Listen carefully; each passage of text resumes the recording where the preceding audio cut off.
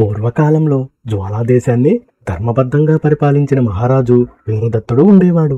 ప్రజల కష్టసుఖాలను తనవిగా భావించే ఈ రాజు శాంతి, న్యాయం, దయకు ప్రత్యేకగా పేరుగాంచాడు. వీరదత్తుడికి భారతి అనే చక్కటి చుక్కలాంటి కూతురు ఉండేది. ఆమె అందం, వినయం, మృదు స్వభావం దేశదేశాల్లో ప్రసిద్ధి చెందాయి. ప్రజలందరూ ఆమెను ఎంతో ప్రేమతో ఆదరించేవారు. భారతిని పెళ్లి చేసుకోవాలనే ఆశతో అనేక దేశాల రాజకుమారులు జ్వాలాదేశానికి వచ్చేవారు. కానీ వీరదత్తుడు తన కుమార్తెకు శాంతి కలిగించే వరుడినే కోరుకున్నాడు. వారిలో కళింగ దేశపు రాజకుమారుడు పులికేశుడు ఒకడు. అతడు అహంకారంతో, బలంతోనే అన్నీ సాధించాలనుకునే వ్యక్తి. భారతి తనదవ్వాలనే కోరికతో అతడు ఆ రాజ్యంపై దండెత్తాలని నిర్ణయించాడు. పులికేశుడు భారీ సైన్యాన్ని కూడగట్టి పెద్ద పెద్ద ఓడలలో జ్వాలాదేశం వైపు బయలుదేరాడు. సముద్రం మీద అతని సైన్యం చాలా భయంకరంగా కనిపించింది. ఈ వార్త విన్న వీరదత్తుడు మంత్రులు, సామంతులు కోపంతో యుద్ధానికి సిద్ధమయ్యారు. పులికేశుడిని దేశంలో అడుగుపట్టనీయకుండా పోరాడదామని కోరారు. కానీ వీరదత్తుడు యుద్ధాన్ని నిరాకరించాడు. యుద్ధం ప్రజలకు నష్టం చేస్తుందని చెప్పాడు. ప్రజల ప్రాణాలు కాపాడటమే రాజు ధర్మమని నిర్ణయించాడు. వీరదత్తుడు తన రాజ్యాన్ని పులికేశుడికి వదిలి భార్యా కుమార్తెతో అడవిలో నివసించాలనుకున్నాడు. ప్రజలంతా కన్నీళ్లతో రాజును అనుసరించారు. పులికేశుడు జ్వాలాదేశంలో అడుగుపెట్టాడు. కాని అక్కడ ఒక్క మనిషి కూడా కనిపించలేదు. ఖాళీ రాజ్యం చూసి అతడు ఆశ్చర్యానికి, నిరుత్సాహానికి లోనయ్యాడు.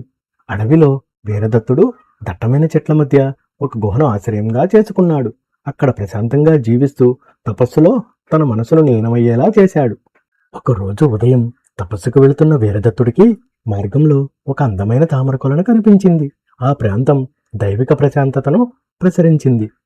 ఒక తామర పువ్వుపై సాలుడు వలలో చిక్కుకున్న తేనెటీగను వీరదత్తుడు గమనించాడు. ఆ దృశ్యం అతని హృదయాన్ని కదిలించింది. వీరదత్తుడు జాలితో జాగ్రత్తగా ఆ తేనెటీగను విడిపించాడు. స్వేచ్ఛగా ఎగిరిన తేనెటీగ అతనికి కృతజ్ఞతతో చుట్టుముట్టింది. తపస్సులో లీనమైన వీరదత్తుడికి ఒక దేవత ప్రత్యక్షమయ్యింది. ఆమె ప్రకాశవంతమైన రూపం అడవిని వెలుగులతో నింపింది. దేవత, నీవు చేసిన ఉపకారం వృధా కాదు. తేనెటీగలు నిన్ను, నీ ప్రజలను శత్రువుల నుంచి కాపాడుతాయని వరమిచ్చింది. చెట్ల మానులతో ఒక కోట కట్టమని దేవత సూచించింది.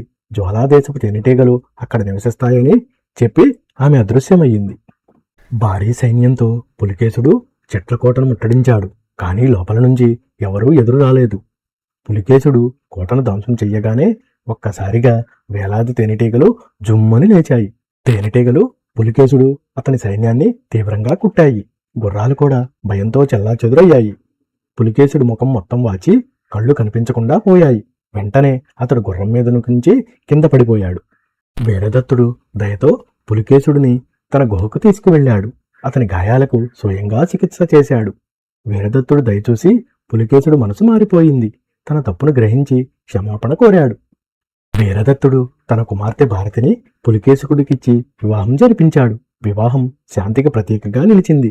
పులికేశుడు జ్వాలాదేశంలోనే ఉండి ప్రజలను ప్రేమతో పరిపాలించసాగాడు. అతడు మంచి రాజుగా మారిపోయాడు.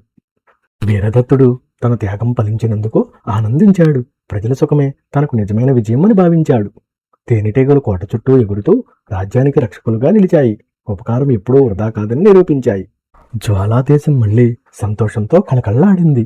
శాంతి, దయ, ఉపకారం విలువలు ప్రజల హృదయాల్లో నిలిచాయి. ఈ కథ మనకు చెబుతున్న పాఠం ఒక్కటే: దయగా చేసిన చిన్న సహాయం కూడా ఒకరోజు గొప్ప రక్షణగా మారుతుంది. ఇలాంటి మరిన్ని వీడియోస్ కోసం please like and subscribe my channel.